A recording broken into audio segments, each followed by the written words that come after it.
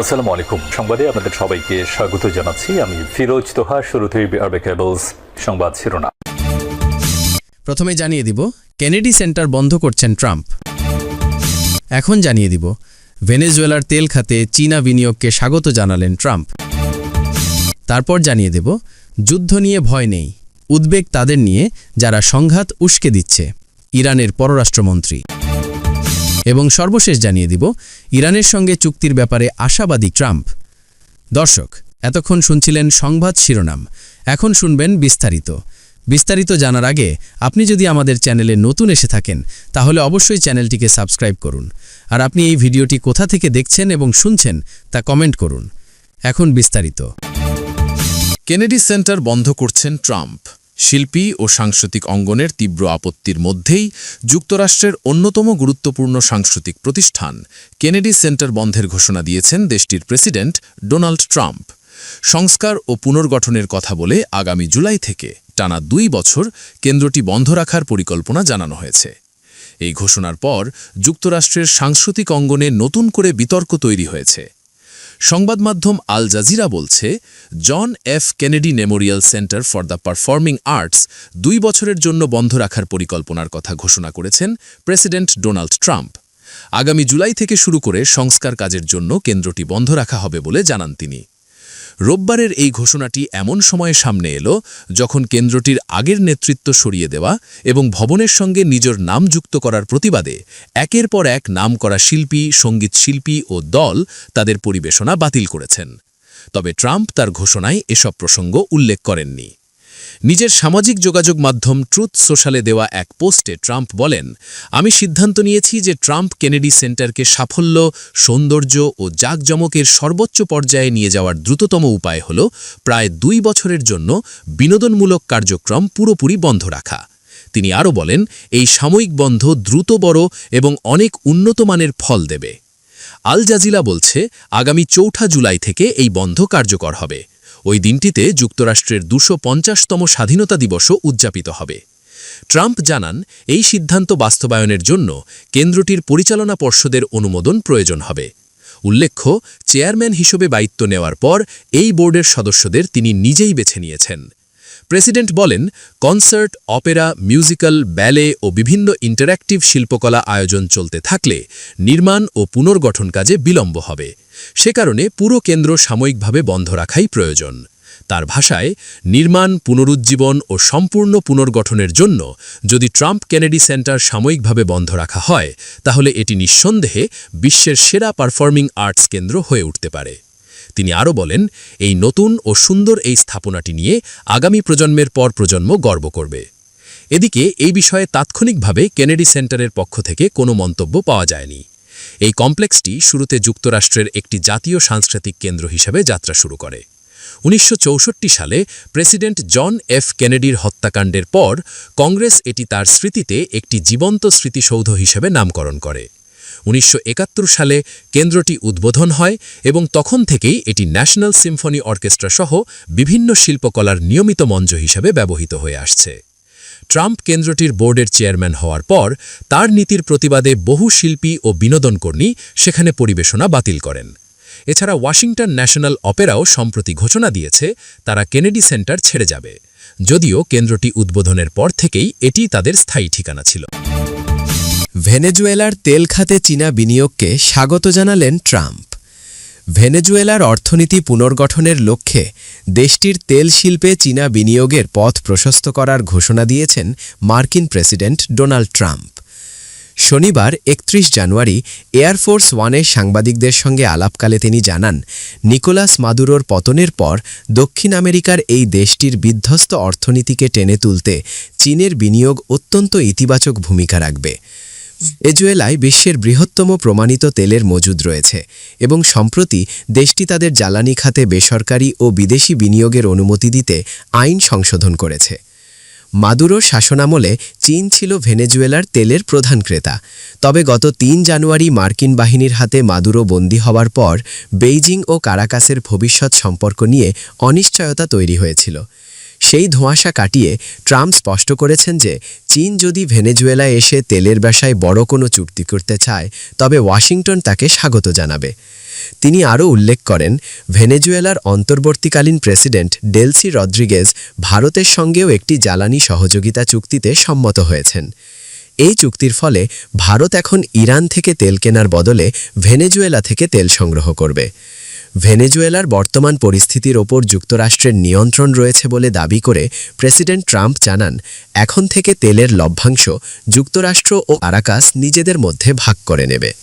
তিনি আত্মবিশ্বাসের সঙ্গে বলেন, ভেনেজুয়েলার বর্তমান নেতৃত্বের সঙ্গে তাদের সম্পর্ক চমৎকার এবং এর ফলে দেশটি আগের যে কোনো সময়ের চেয়ে বেশি অর্থ উপার্জন করতে সক্ষম হবে, যা শেষ পর্যন্ত যুক্তরাষ্ট্রের জন্যও লাভজনক হবে।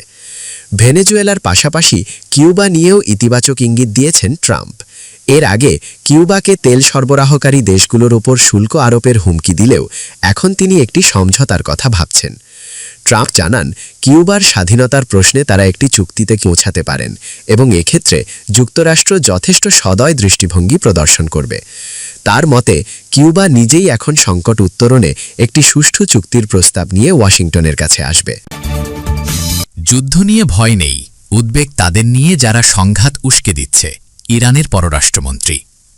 ইরানের পররাষ্ট্রমন্ত্রী সৈয়দ আব্বাস আরাগচি বলেছেন, যুক্তরাষ্ট্রের সঙ্গে সম্ভাব্য যুদ্ধে ইরান ভয় পাচ্ছে না, বরং উদ্বেগের বিষয় হল এমন কিছু গোষ্ঠী ও স্বার্থান্বেষী মহল যারা ইরান ও যুক্তরাষ্ট্রকে যুদ্ধের মুখোমুখি অবস্থানে ঠেলে দিতে সক্রিয় ভূমিকা রাখছে। ইরানের পররাষ্ট্রমন্ত্রী সৈয়দ আব্বাস আরাগচি রোববার মার্কিন সংবাদ মাধ্যম সিএনএনকে দেওয়া এক সাক্ষাৎকারে এসব কথা বলেন। তিনি জানান, যুদ্ধ নয়, বরং ইরান ইস্যুতে ওয়াশিংটনের সিদ্ধান্ত গ্রহণ প্রক্রিয়া নিয়ে তারা বেশি উদ্বিগ্ন। সাক্ষাৎকারে আরাগচি বলেন, আমি যুদ্ধ নিয়ে উদ্বিগ্ন নই, আমার উদ্বেগ হল ইরান বিষয়ে যুক্তরাষ্ট্রের সার্বিক পরিস্থিতি যথাযথভাবে মূল্যায়ন না করা এবং ভুল ও অসম্পূর্ণ তথ্যের ওপর নির্ভর করা। এটা নিশ্চিত যে কিছু মহল আছে যারা কেবল নিজেদের স্বার্থে প্রেসিডেন্ট ট্রাম্পকে যুদ্ধের দিকে ঠেলে দিতে চাইছে। তিনি আশা প্রকাশ করে বলেন, প্রেসিডেন্ট ডোনাল্ড ট্রাম্প যে কোনো সিদ্ধান্ত নেওয়ার আগে অন্যের প্রভাবের বাইরে থেকে নিজে চিন্তাভাবনা করবেন। যুক্তরাষ্ট্রের সঙ্গে সংলাপ প্রসঙ্গে ইরানের পররাষ্ট্রমন্ত্রী বলেন, একটি অর্থপূর্ণ আলোচনার প্রধান শর্ত হল পারস্পরিক আস্থা, কিন্তু দুর্ভাগ্যজনকভাবে আলোচনার অংশীদার হিসেবে যুক্তরাষ্ট্রের ওপর থেকে ইরান সেই আস্থা হারিয়ে ফেলেছে। তিনি বলেন, যে কোনো সংলাপের আগে প্রথম কাজ হল এই আস্থার সংকট দূর করা। সৈয়দ আরাগচি জানান, কিছু মিত্রস্থানীয় দেশ ইরান ও যুক্তরাষ্ট্রের মধ্যে মধ্যস্থতার চেষ্টা করছে। এসব দেশ পারস্পরিক আত্মবিশ্বাস তৈরির উদ্যোগ নিচ্ছে, যদিও বিষয়টি কঠিন বলে স্বীকার করেন তিনি। তার ভাষায়, যদি প্রেসিডেন্ট ট্রাম্পের আলোচক দল একটি সুষ্ঠু ও ন্যায়সঙ্গত সমঝোতা প্রস্তাব নিয়ে এগিয়ে আসে, তাহলে আবারও আলোচনা শুরু হতে পারে। ইরানের পররাষ্ট্রমন্ত্রী স্পষ্ট করে বলেন, ইরান কখনোই পরমাণু অস্ত্র তৈরির পরিকল্পনা করেনি এবং ভবিষ্যতেও করবে না। তিনি বলেন, প্রেসিডেন্ট ট্রাম্পের নো নিউক্লিয়ার ওয়েপন অবস্থানের সঙ্গে ইরান পুরোপুরি একমত। আরাগচি বলেন, আমাদের চাওয়া একটাই, যুক্তরাষ্ট্র যেন ইরানের ওপর আরোপিত নিষেধাজ্ঞাগুলো প্রত্যাহার করে নেয়। এর বিনিময়ে আমরা পরমাণু অস্ত্র না তৈরির অঙ্গীকারে অটল থাকব। তিনি আরও বলেন, যুক্তরাষ্ট্র চাইলে এখনও একটি সমঝোতার সুযোগ রয়েছে। সিএনএনকে দেওয়া সাক্ষাৎকারে যুক্তরাষ্ট্রের সম্ভাব্য সামরিক হামলা নিয়েও সতর্ক করেন ইরানের পররাষ্ট্রমন্ত্রী।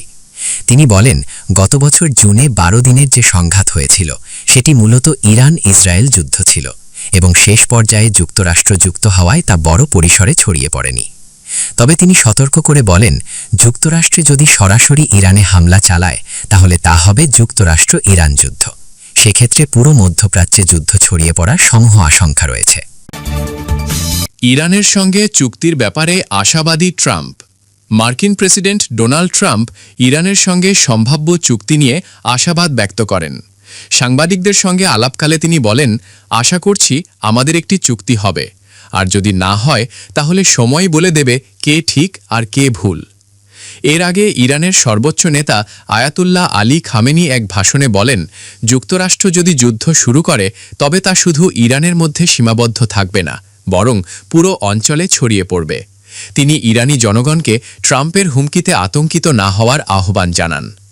গত মাসে ইরানের সরকার বিরোধী বিক্ষোভ দমনে প্রশাসনের কঠোর পদক্ষেপের পর তেহরানের বিরুদ্ধে সামরিক পদক্ষেপের হুমকি দেন ট্রাম্প। এর অংশ হিসেবে মধ্যপ্রাচ্যে একটি মার্কিন বিমানবাহী রণতরী পাঠানোর নির্দেশ দেওয়া হয়। সাম্প্রতিক বিক্ষোভ প্রসঙ্গে আয়াতুল্লাহ খামেনি বলেন, এসব ঘটনা একটি অভ্যুত্থান চেষ্টার মতো ছিল। তার দাবি, বিক্ষোভকারীরা পুলিশ, সরকারি স্থাপনা, আইআরজিসি কেন্দ্র, ব্যাংক ও মসজিদে হামলা চালিয়েছে এবং পবিত্র কোরআন পুড়িয়েছে। শেষ পর্যন্ত এসব কর্মকাণ্ড কঠোরভাবে দমন করা হয়েছে বলে তিনি জানান। খামেনির বক্তব্যের প্রতিক্রিয়ায় ট্রাম্প বলেন, তিনি তো এমন কথাই বলবেন, দেখা যাক কি হয়।